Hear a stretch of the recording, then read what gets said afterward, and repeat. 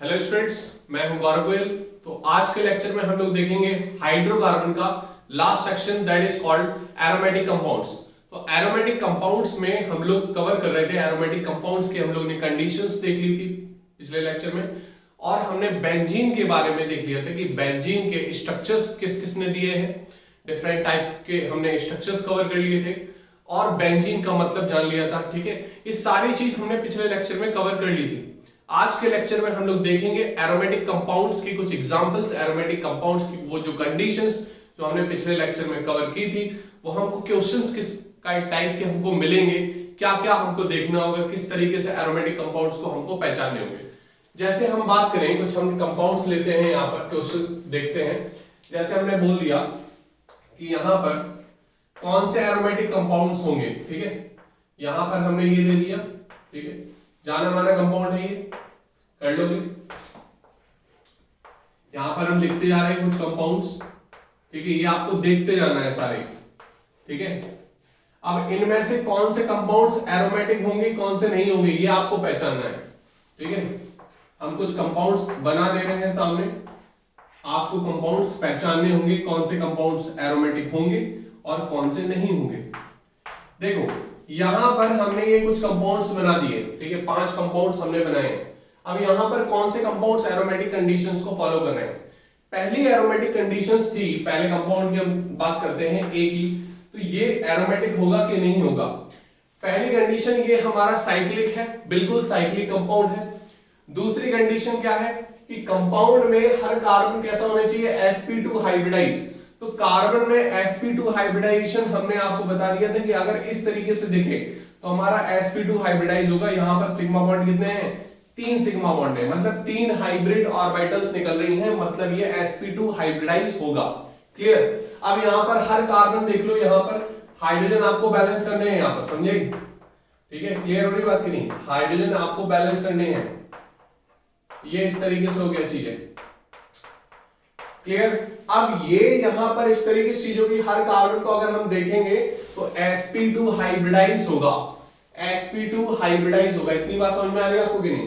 तो sp2 hybridise है, देखो जरा, इधर सिग्मा बॉन्ड, इधर सिग्मा बॉन्ड, इधर सिग्मा बॉन्ड, सेम एनवायरनमेंट सारे कार्बन में बना हुआ है, मतलब सारा कार्बन कैसा है, sp2 हाइब्रिडाइज, मतलब प्लेनर है।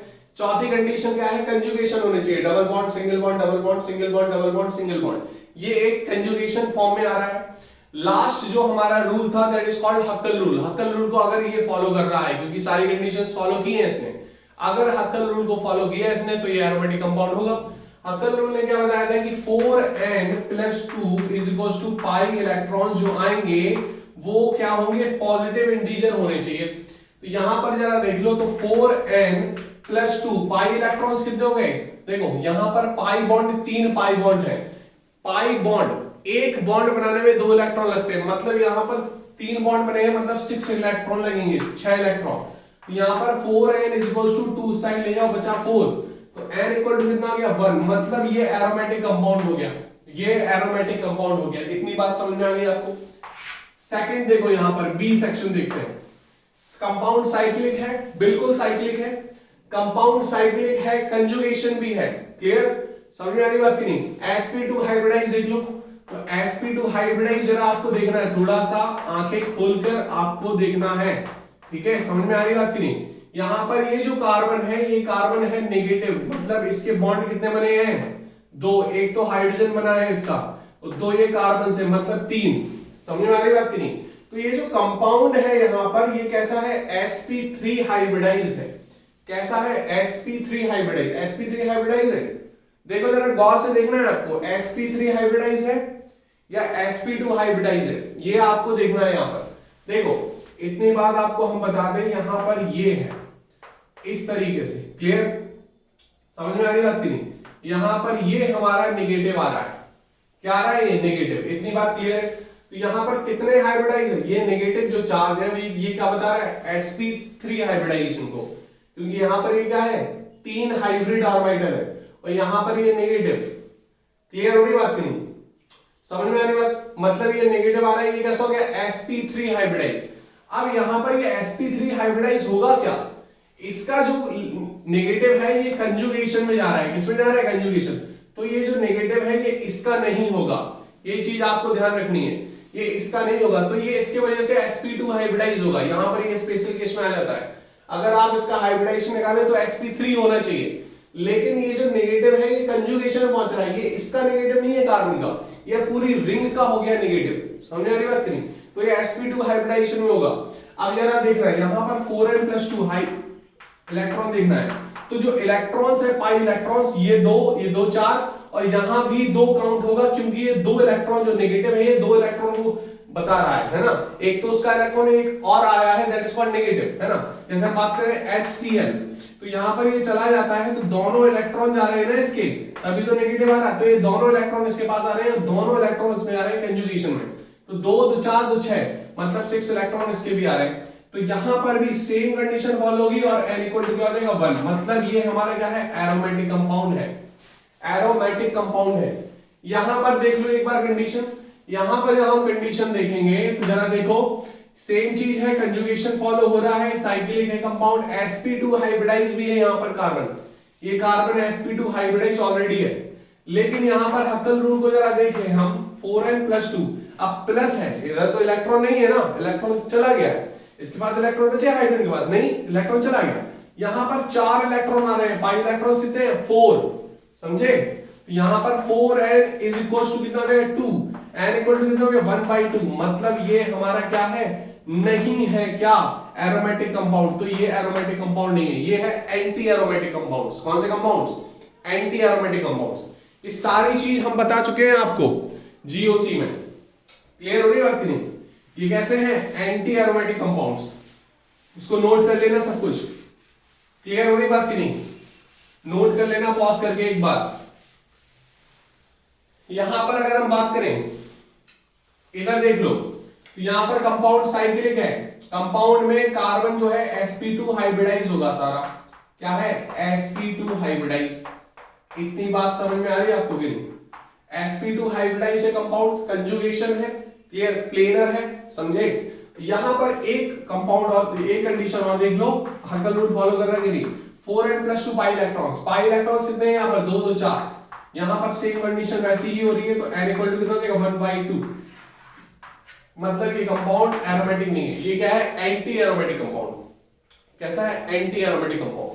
यहां पर जरा देख लो ट्रिपोलियम आयन बहुत ज्यादा फेमस है स्टेबिलिटी के लिए, ट्रिपोलियम आयन लिख लेना सब, ट्रिपोलियम आयन बहुत ज्यादा स्टेबल कंपाउंड है। देखो उधर पे, यहां पर देखना जरा, कंपाउंड साइक्लिक है, कंजुगेशन भी है ना, ये कंजुगेशन हम बता चुके हैं, plus single double single double single double, ये बता चुके हैं कंजुगेशन आपको, ठीक है? कंपाउंड साइक्लिक है और सारा कार्बन sp2 हाइब्रिडाइज है, सारे कार्बन यहां पर क्या है sp2 हाइब्रिडाइज, कंपाउंड प्लेनर है, sp2 हाइब्रिडाइज हो गई तो तभी तो प्लेनर है।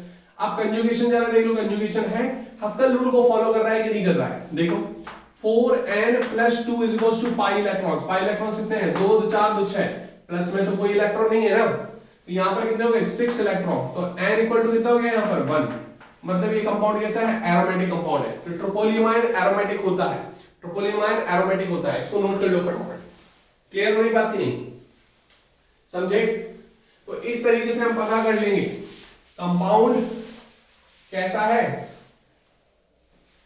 एरोमेटिक है कि नहीं। अब जरा देख लो, हम एक बार और बता दे रहे हैं एरोमेटिक कंपाउंड में क्या होता है। एरोमेटिक कंपाउंड्स में हम आपको बता चुके हैं सारी कंडीशंस, ठीक है? बस इधर पे ध्यान रखना, n इक्वल टू क्या होगा इंटीजर आएगा, कौन सा? Positive integer, positive integer, clear? तो हमारा एरोमेटिक हो जाएगा कंडीशन के साथ साथ। अगर इसमें एंटी एरोमेटिक में, एंटी एरोमेटिक की कंडीशन जरा देख लो आप, तो एंटी एरोमेटिक की कंडीशन क्या है? क्या है कंडीशन यहां पर? यहां पर जो n आएगा वो आएगा फ्रैक्शनल वैल्यू, क्या आएगी? Fractional value, clear? तो यहां पर ये एंटी एरोमेटिक हो जाएगा और कंडीशन सारी वही है, कंपाउंड साइक्लिक है, sp2 हाइब्रिडाइज है, कंजुगेशन है, सब कुछ वही है, और बस हक्कल रूल में n की फ्रैक्शनल वैल्यू आ जाएगी, एंटी एरोमेटिक हो जाएगा। एक होता है नॉन एरोमेटिक, कौन सा? Non aromatic. नॉन एरोमेटिक की कंडीशन क्या होती है? जो कंपाउंड है हमारा, ठीक है, कंपाउंड है हमारे, जैसे हम एग्जांपल बता दें इस तरीके से, ठीक है, ये हमने एग्जांपल आपको बताया, तो यहां पर इस रिंग, जो रिंग बना रहे हैं कार्बन एटम, एक कार्बन एटम उसमें sp3 हाइब्रिडाइज होगा। अगर हम इसकी बात करें तो ये sp3 हाइब्रिडाइज है, ये कार्बन क्या है sp3 हाइब्रिडाइज।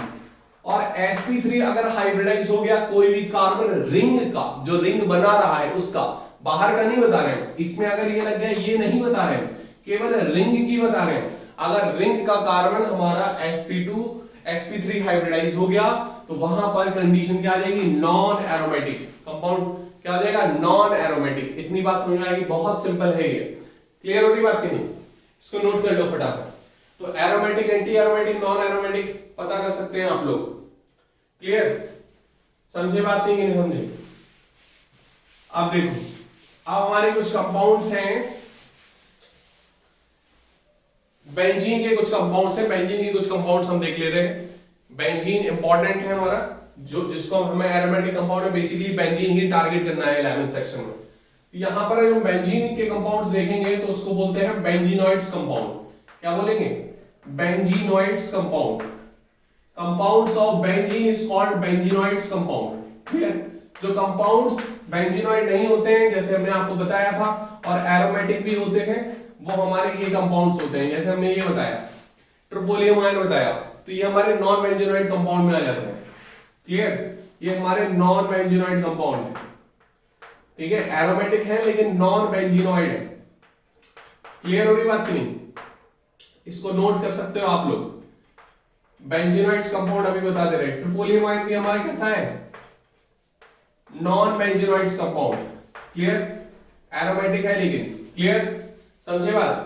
अब यहां पर अगर हम बेंजीनॉइड कंपाउंड की बात करें तो हमारा ये हो गया बेंजीन। ये हमारा क्या हो गया, बेंजीन। बेंजीन का दूसरा स्ट्रक्चर जो इसका रेजोनेटिंग स्ट्रक्चर है वो हमारा क्या हो जाता है, ये हमारा क्या है, रेजोनेटिंग स्ट्रक्चर। क्लियर? ये हमारे रेजोनेटिंग स्ट्रक्चर है बेंजीन के। Resonating structures of benzene, clear हो रही बात की नहीं? इतनी बात समझ में आ रही होगी आपको। इसी का जब एक हमारा डायनेमिक फॉर्म में देखेंगे कि ये पाई बॉन्ड हमारा मूव कर रहा है परमानेंट, तो हमारा ये स्ट्रक्चर बनता है, that is called hybrid structure of benzene. Hybrid structure of benzene. इतनी बात समझ में आ रही है आपको कि नहीं? ये हाइब्रिड स्ट्रक्चर हो गया बेंजीन का। क्लियर हो रही बात की नहीं? फटाफट इसको नोट कर लो।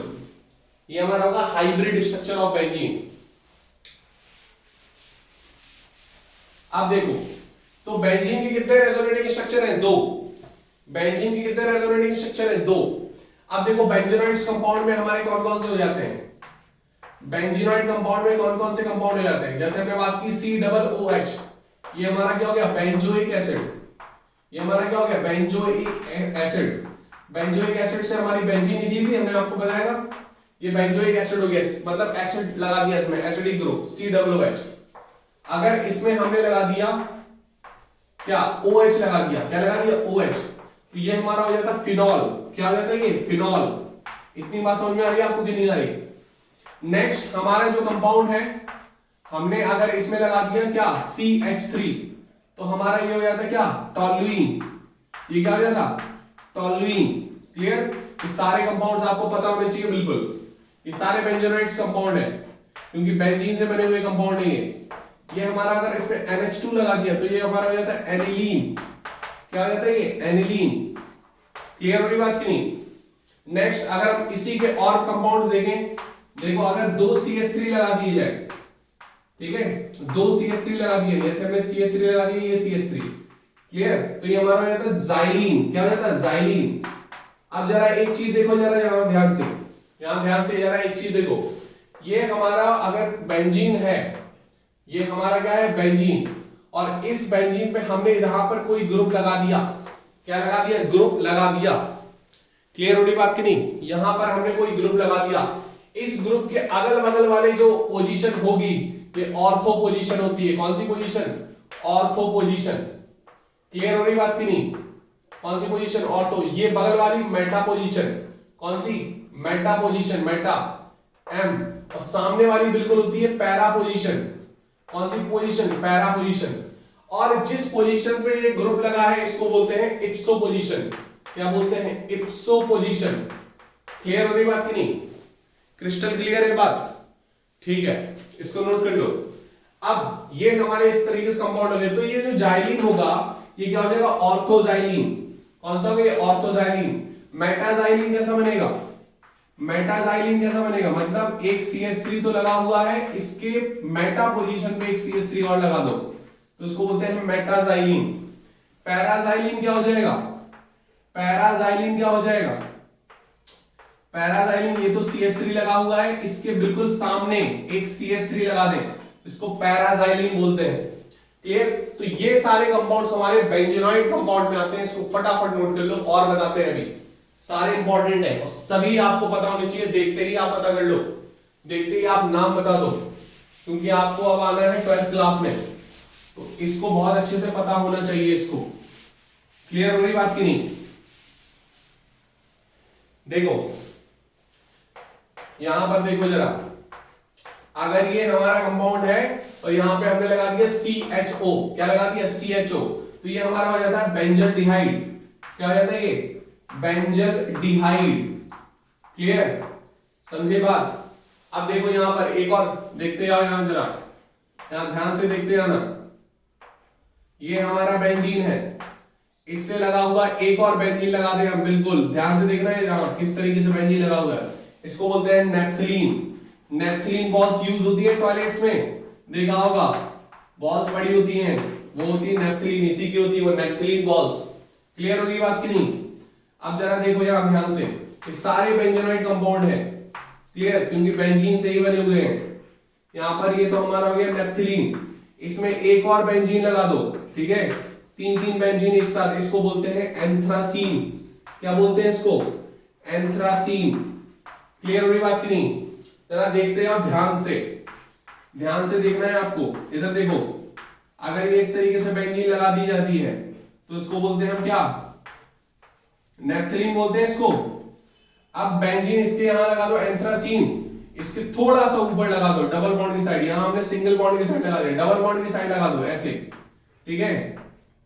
तो इसको क्या बोलते हैं हम, इसको क्या बोलते हैं, double bond, single, double, double, इसको क्या बोलते हैं हम,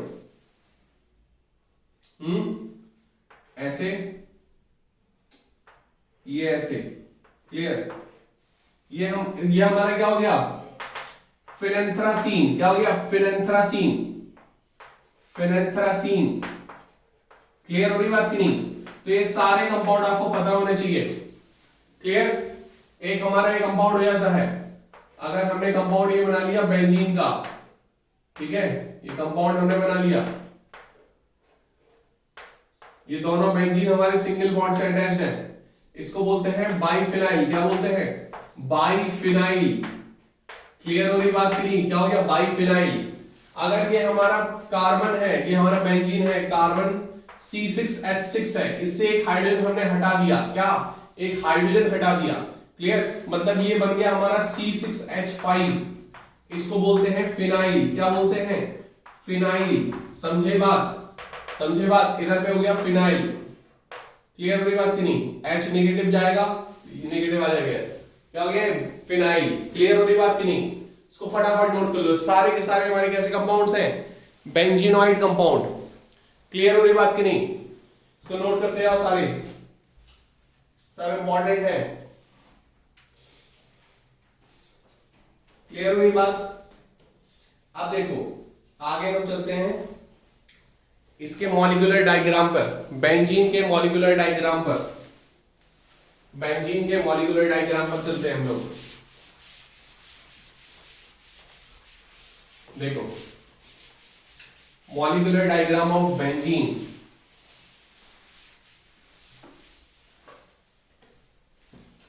molecular diagram of benzene, diagram of benzene. जरा देखना है यहां ध्यान से,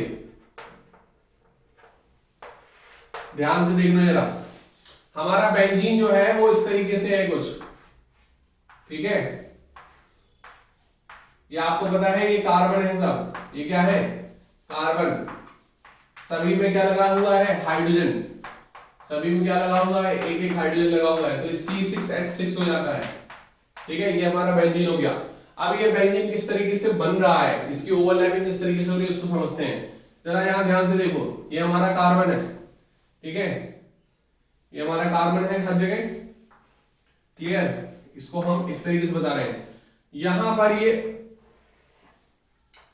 देखो, एक तो सबसे पहले इसकी ओवरलैपिंग हो रही है कौन सी, ये वाली, ठीक है, ये वाली ओवरलैपिंग हो रही है। तो ये तो ओवरलैपिंग होगी सिग्मा बॉन्ड की, कौन सी, सिग्मा बॉन्ड की ओवरलैपिंग हो गई है।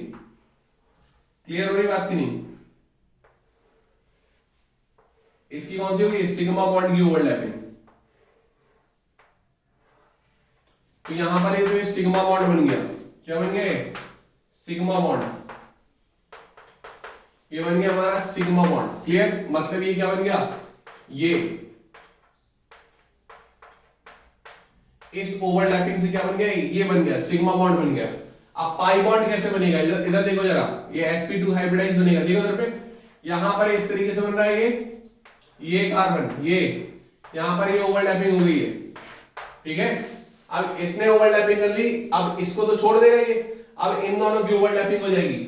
जरा यहां ध्यान से देखते हैं ना, ठीक है, ये overlapping, that is called literal overlapping.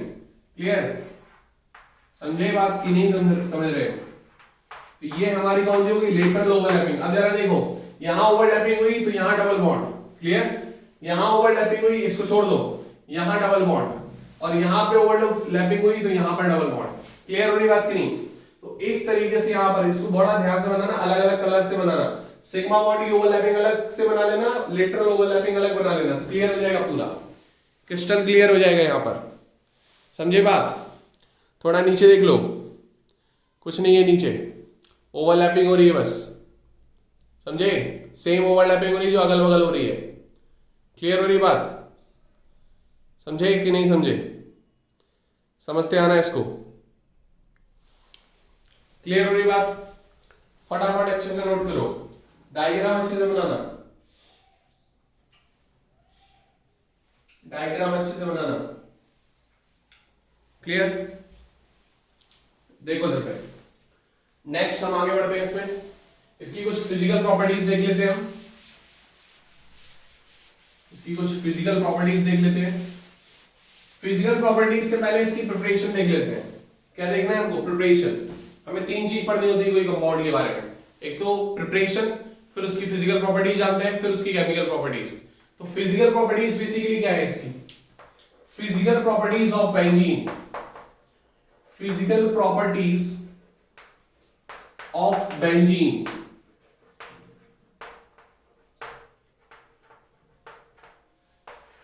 Physical properties, पहले प्रिपरेशन देख ले, हम प्रिपरेशन देख लेते हैं। Preparation of benzene, preparation of benzene, preparation of benzene. Benzene को हम किस किस तरीके से बना सकते हैं, बेंजीन को हम किस किस तरीके से बना सकते हैं। एक तो आप लोग देख चुके होंगे एल्काइन के प्रोसेस में, है ना। एल्काइन हमने ले लिया था 3 मोल इथाइन, क्या ले लिया था, 3 मोल इथाइन, और इसका क्या करा दिया था हमने, पॉलीमराइजेशन। क्या करा दिया था, पॉलीमराइजेशन। क्लियर, तो जब हम पॉलीमराइजेशन कर देंगे तो हमारा ये जो एल्काइन है ये इस फॉर्म में आ जाता है, ठीक है। ये 3 अल्काइन जो है वो इस फॉर्मेट में आ जाएंगे। क्लियर, ये अपना एक बॉन्ड यहां देगा, ये इधर देगा, ये इधर देगा। क्लियर, तो बन क्या जाएगा यहां पर, सेम, यहां पर ये double bond double bond double bond, same उसी पैटर्न में बना हुआ है, ठीक है। क्लियर, और हाइड्रोजन सभी में लगे हुए हैं तो हाइड्रोजन सभी में लगा देना। क्लियर हो रही बात की नहीं। ये पहली इसकी प्रिपरेशन हो गई बेंजीन की, मतलब एल्काइन इथाइन की पॉलीमराइजेशन।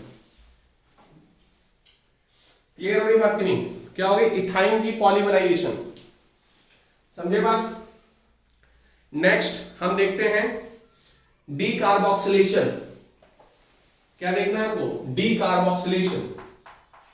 पहले हम देखेंगे पॉलीमराइजेशन, पॉलीमराइजेशन से हमने बनाया।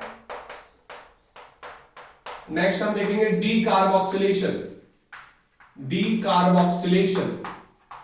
डी कार्बोक्सिलेशन में क्या देखना है हमको, ये हमने ले लिया बेंजीन, क्या ले लिया, बेंजीन। यहां पर sodium salt of benzoic acid लगा दिया, क्लियर। और यहां पर हमने लिया सोडा लाइम, सोडा लाइम मतलब NaOH और CaO, क्या ले लिया NaOH CaO। क्लियर हो रही बात, समझे बात कि नहीं। यहां पर करा दो हीट, क्या बन गया ये बेंजीन, क्या बन गया बेंजीन। और क्या निकल जाएगा बोलो Na2CO3, क्या निकल गया Na2CO3 सोडियम कार्बोनेट। क्लियर, ये हो गया डी कार्बोक्सिलेशन, ये हीट ले लेना, ठीक है। क्लियर हो रही बात कि नहीं, नोट करो फटाफट, नोट करो। एक सिंपल सी रिएक्शन है, बहुत सिंपल, एक बहुत सिंपल रिएक्शन है और अवेलेबल भी होती है वो, सब कुछ अवेलेबल है, बस आपको करना है। हाँ, बाय फिनॉल, फिनॉल अभी बताया हमने। फिनॉल का स्ट्रक्चर क्या होता है, बेंजीन पर OH, बेंजीन पर क्या लगा हुआ हो OH लगा हुआ हो, और यहां पर क्या डाल दिया हम जिंक, किसके प्रेजेंस में हीट थोड़ी ले ले, क्या निकल जाएगा जिंक ऑक्साइड, क्या निकल जाएगा जिंक ऑक्साइड। Zn ले लेगा ये, H इसी का इसी में लग जाएगा, क्या बन गया ये बेंजीन, क्या बन गया बेंजीन। मतलब जब हम फिनॉल की रिएक्शन किससे करा देंगे जिंक से, जिंक डस्ट, तो हमारा सिंपल हमारा क्या बन जाएगा बेंजीन निकल आएगा।